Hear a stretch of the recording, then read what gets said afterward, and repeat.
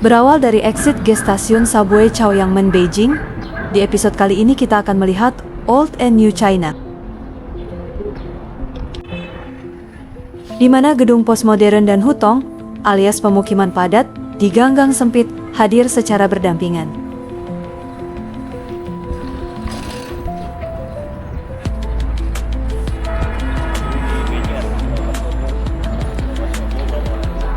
Bangunan yang paling menonjol di sini adalah Galaxy Soho. Yang baru. Ini Emirat Arab. Dibangun dari tahun 2009 hingga 2012. Gedung 18 lantai ini berisi toko-toko, perkantoran, dan pusat hiburan. Galaxy Soho. Namanya.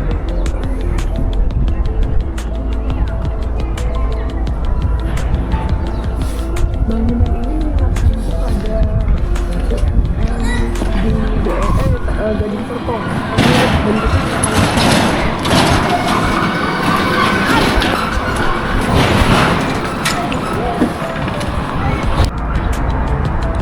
Area hutong di samping Soho-nya persis.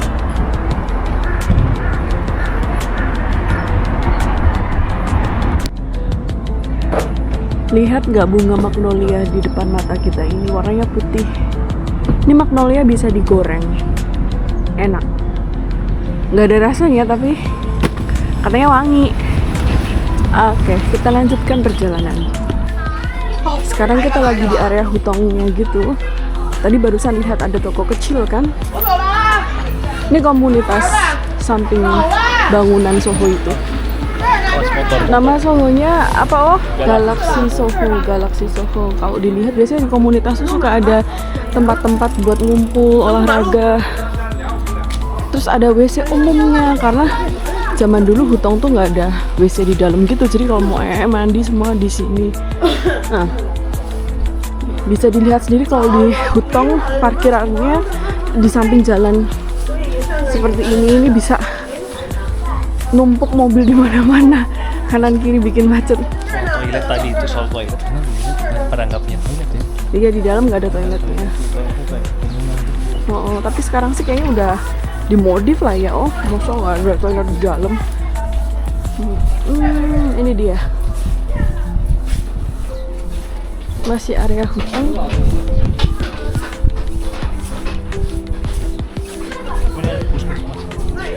Oh ya, puskesmas, community healthcare station ya. Dongceng. Iya sih, oh sih.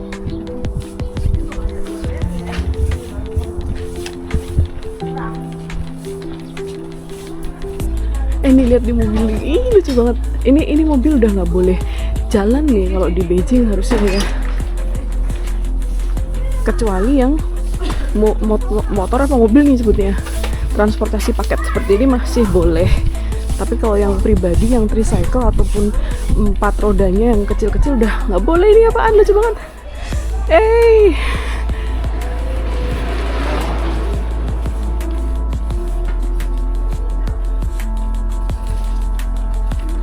Ini malah jadi out of topic nih. Kita mau meliput Galaxy Soho malah disasarin ke hutong ya nggak apa-apa, biar tahu areanya itu di daerah seperti ini. Alpaka. Ini kayaknya permainan kata kali ini. Permainan kata ya. Tunggu dulu, ini apa sih? Sekolah ya? TK-nya. Oh iya, di sini tuh zonasi. Jadi komunitas di sini akan punya sekolah dari TK sampai SMA dan mereka menerima berdasarkan jarak tempat tinggal dari sekolahnya tersebut. Zoning system. Iya, zonasi. Indonesia sepertinya sudah mulai menerapkan zonasi ya, tapi belum 100% penerapannya karena kalau yang private school kayaknya bukan zonasi deh. Ini public toilet lagi. Area Soho modern dan hutong yang memperlihatkan keadaan yang kontras.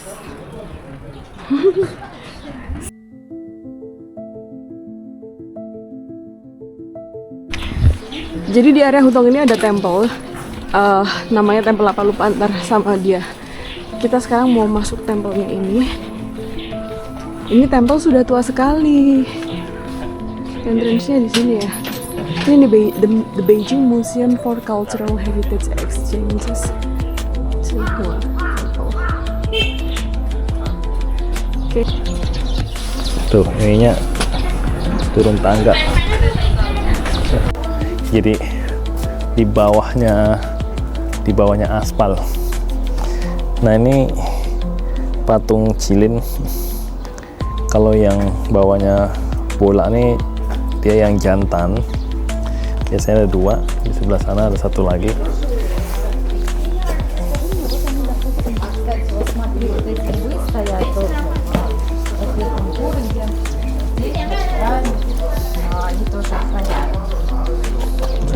Ini yang di bawahnya tuh, kalau di bawahnya anak dia berarti betina. Patung Qilin betina dan jantan yang terletak di kiri dan kanan Shanmen. Gerbang masuk kuil yang secara harafiah berarti Mountain Gate, merupakan sesuatu yang amat lazim ditemukan di Cina.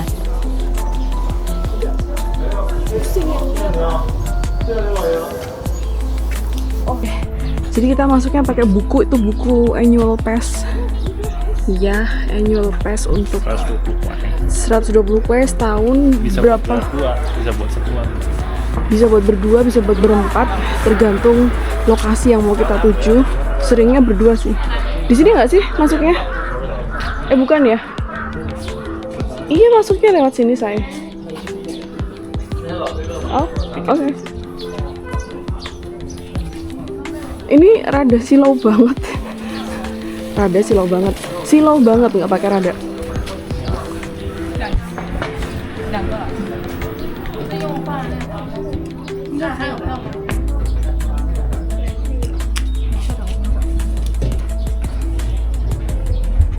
Ini tuh dia di stem tuh. Oh, di stand. Itu Terus sama dikasih ini. tiketnya. Terus masuk deh kita. Yuk.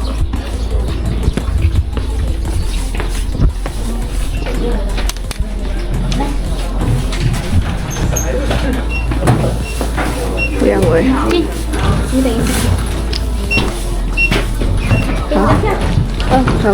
Sih.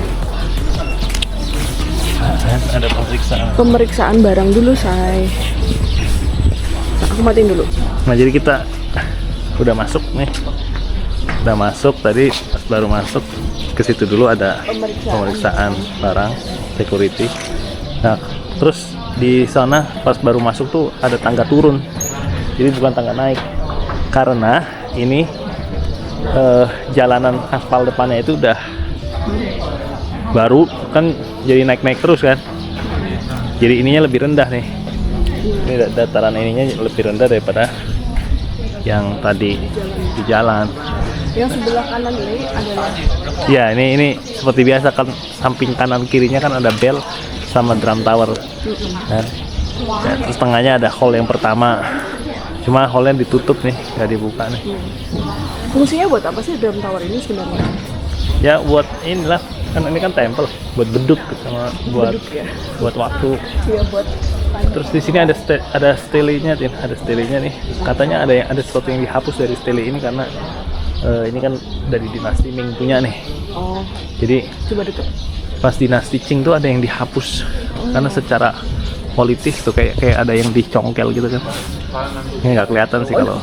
Bukan dicongkel, ini kan diukir nih, terus ukirannya kayak dipapras gitu biar hanselnya pada hilang. Katanya ada nama orang yang dihapus dari situ. Lihat deh, ini kan masuk akhir Maret nih, udah spring nih. Lihat kuncup-kuncupnya udah mulai kelihatan nih. Kuncup apa nih, bunga apa bukan ya, pohon apa?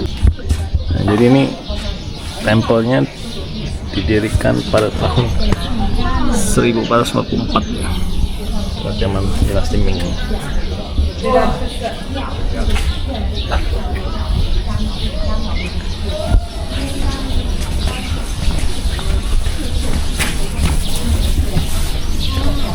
Mau lihat bell tower gitu. Ini di bell tower ada lonceng segede gini. Di atas tuh ada belnya, aku bisa lihat dari sini sih. Kalau orang ke atas tuh, Itu ya. kalau orang ke atas tuh ada belnya, tapi gelap jadi nggak kelihatan di kamera. Ini tangganya tuh, tapi nggak boleh naik. Nggak boleh naik, Nggak boleh udah naik. tutup. Tutup. Udah bahaya kali ya. Kayunya dia pertahankan ya, ini kayu aslinya. Oh iya ya.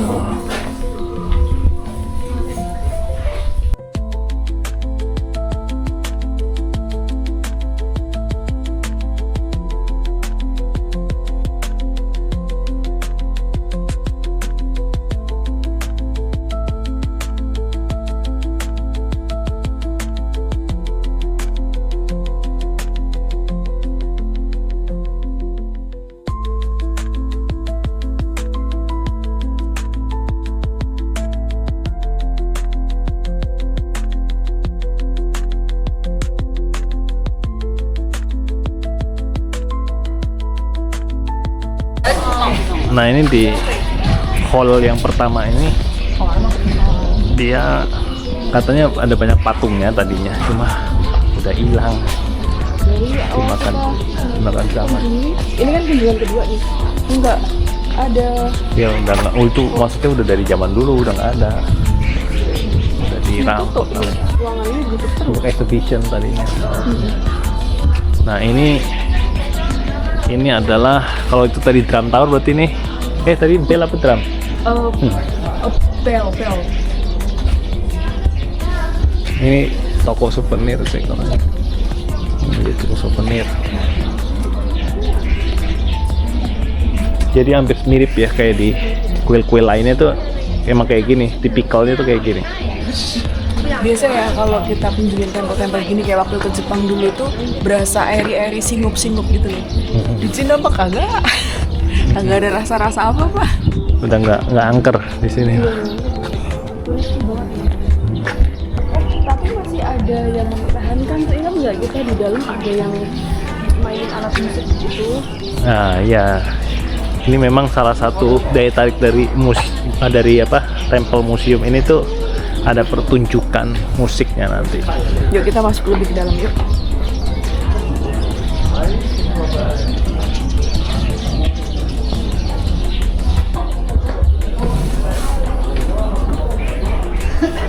Seperti biasa di tempel-tempel di Cina pada umumnya tuh berlapis-lapis ya. Jadi yang tadi depan itu kan first courtyard, yang ini second courtyard. Kayak cuma ada 2 lapis, yang di sini biasanya 3 lapis. Yang dibuka itu masih ada sebenarnya di belakang, cuma nggak dibuka aja. Oh iya. Nah ini kan tadi gedung yang tadi nih, yang pertama nih. Dibuka kalau penting aja sih, yang Exhibitionnya mungkin nggak selamanya ini. Nah itu di belakang tuh kelihatan tuh Soho, Galaxy Soho-nya tuh. Jadi waktu itu pernah foto di sini nih, menunjukkan old and new Beijing. Ini tuh warna merah atau apa ya? Bukan merah ini teh. Ini The Great Wisdom Hall, harusnya buat exhibition ya, dijadikan buat exhibition, tapi lagi tutup sekarang nih. Hall ini dulunya merupakan tempat 3 patung bodhisatwa utama, masing-masing dengan wahananya.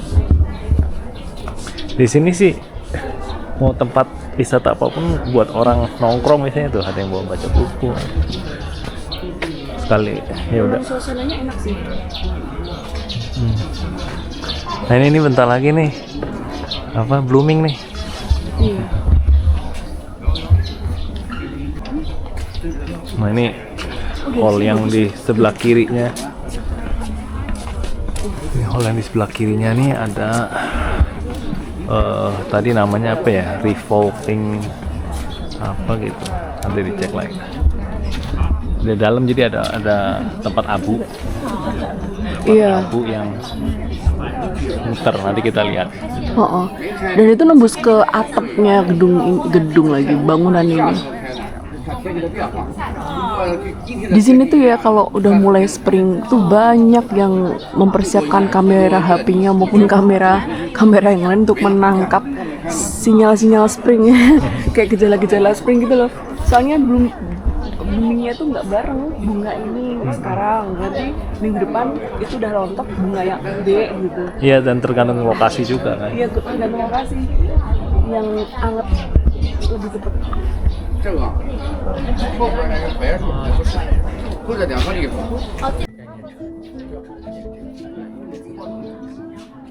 Di sini terdapat sebuah Juan Lunzang, yaitu kabinet sutra berputar terbuat dari kayu. Yang satu ini sangat spesial karena merupakan satu-satunya Juan Lunzang zaman dinasti Ming yang masih bertahan di Beijing hingga saat ini. Tidak seperti kebanyakan Juan Lunzang lainnya, kabinet ini tidak benar-benar bisa diputar. Para biksu dan umatlah yang memutari kabinet ini searah jarum jam. Kabinet ini memiliki bentuk oktagonal dengan tinggi lebih dari 4 meter. Dari bawah hingga ke bagian atapnya, terdapat ukiran tokoh-tokoh spiritual seperti para bodhisatwa, naga, dan garuda, serta simbol-simbol dalam agama Buddha, seperti yang dijelaskan di dinding museum ini. Di setiap sisi kabinet, terdapat laci penyimpanan 5x9. Jika dilihat baik-baik, di tiap ujung atas laci terdapat karakter China sebagai indeks, yang memungkinkan penyimpanan sutra secara terorganisir. Selanjutnya kami berjalan memasuki hall utama kuil. Ini lagi weekend, agak rame nih. Kalau nggak weekend mah sepi.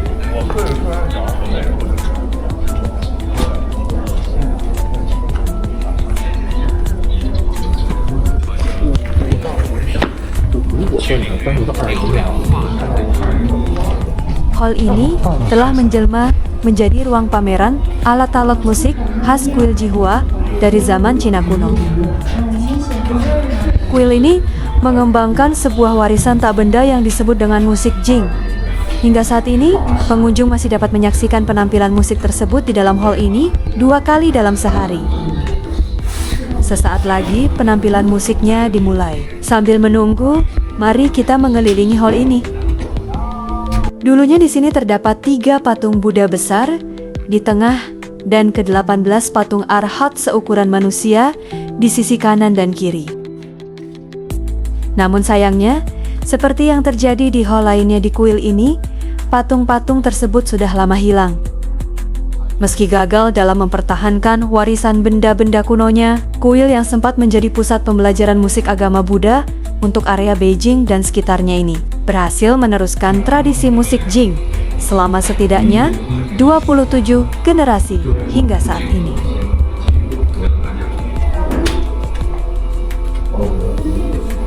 Di area belakang hall, terdapat beberapa patung Buddha yang bentuk dan ukurannya berbeda-beda.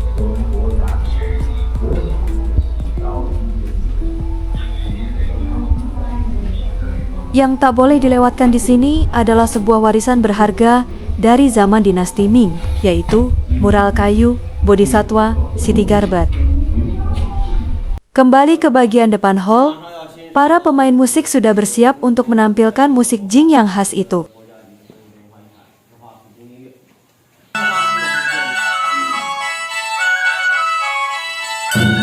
Yang mau nonton lengkapnya, bisa play video berikutnya ya.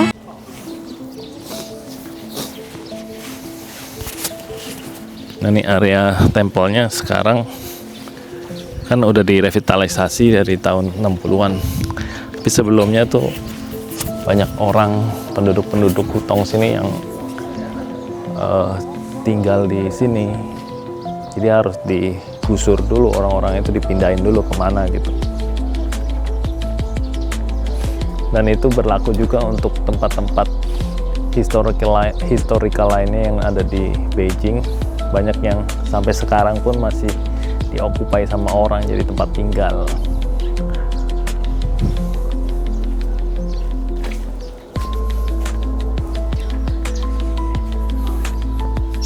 Awalnya kita sudah mau pulang, tapi Ternyata ini nggak mentok kan.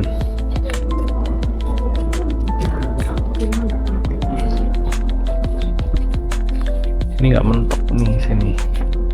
Masih ada courtyard di belakangnya lagi. Tuh, ada tulisannya tuh. Please continue to visit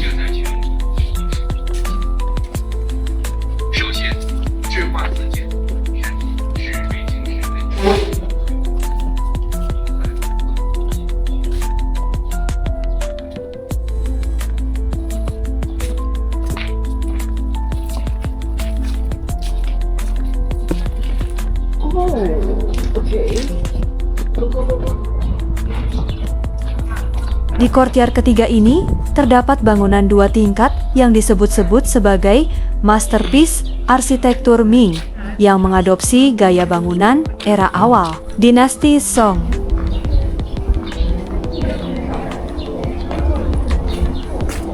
Di depan bangunan bertingkat bernama Tatogata Hall itu, terdapat 2 buah biksi atau stele batu khas Cina kuno dan Xianglu atau sebuah logam tempat pembakaran dupa.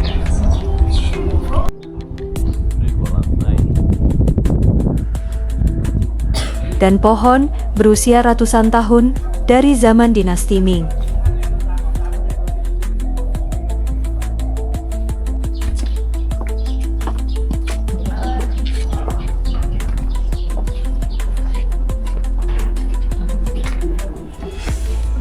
Di sini terdapat patung Buddha Shakyamuni dan kedua pengikutnya, yaitu Brahma dan Indra. Sikap telapak tangan Buddha yang terbuka ke atas seperti ini menunjukkan meditasi mendalam dan kedamaian batin.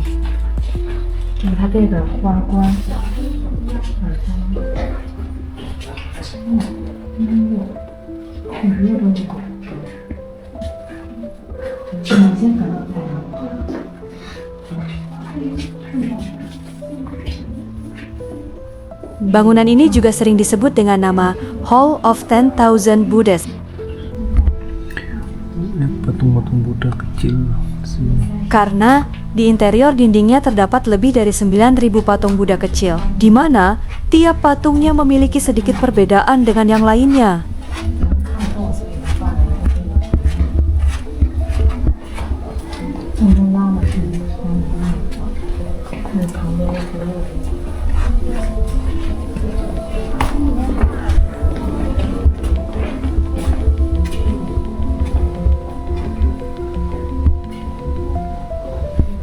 Terdapat pula sebuah prasasti batu peringatan dianugerahkannya kitab suci agama Buddha oleh Kaisar pada tahun 1472.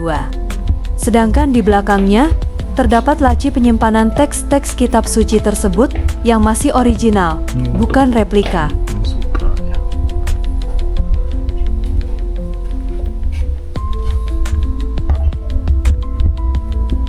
Lagi-lagi, sayangnya, pengunjung tidak diberikan akses ke lantai 2 hall ini.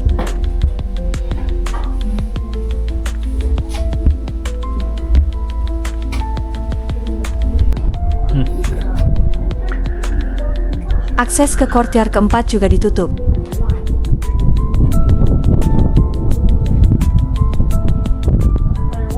Sebagai gantinya, pengunjung disajikan papan penjelasan mengenai arsitektur bangunan kuil. Di sini dijelaskan bahwa kuil Jihua merupakan peninggalan berharga untuk mempelajari arsitektur era awal dinasti Ming. Kendati sempat mengalami kemunduran pada zaman pemerintahan Kaisar Qianlong, lalu kemudian ditinggali secara liar oleh penduduk. Kuil ini relatif tidak pernah mengalami renovasi besar-besaran, sehingga bentuk bangunan aslinya tetap terjaga hingga sekarang. Oleh karena itu, pada tahun 1961, kuil Jihua menjadi salah satu yang pertama yang ditetapkan pemerintah China menjadi situs warisan budaya nasional. Ini kan courtyard yang paling belakang yang bisa diakses ya. Di depannya ada 2 stele, terus bangunannya, hallnya itu ada 2 tingkat gitu. Di tingkat bawahnya, tingkat atasnya seperti biasa nggak bisa dinaikin sama kita. Tingkat bawahnya itu ada patung Buddha gede-gede dari zaman dulu tuh, kelihatan masih ancient banget. Terus ada status stele lagi lebih kecil daripada yang di depan untuk dihadiahkan oleh emperor itu sendiri. Dan tempat hall ini adalah tempat untuk menyimpan sutra. Menyimpan sutra. Nah itu gentengnya bisa dilihat kan, gentengnya itu warna hitam kan. Warna hitam artinya yang tadi itu ini with the verdict of the emperor. Tapi bukan cuma itu doang, karena warna hitam juga merepresentasikan elemen-elemen di Cina kan, ada api, ada air gitu kan. Jadi hitam tuh merepresentasikan air, nggak tahu kenapa. Bukan tanah ya, malah air. Jadinya ini kan kayu semua, takut kebakaran kan, jadi ada maknanya itu. Oh gitu. Untuk menangkal kebakaran, apalagi dalamnya kan isinya sutra kan, scroll sucinya umat Buddha.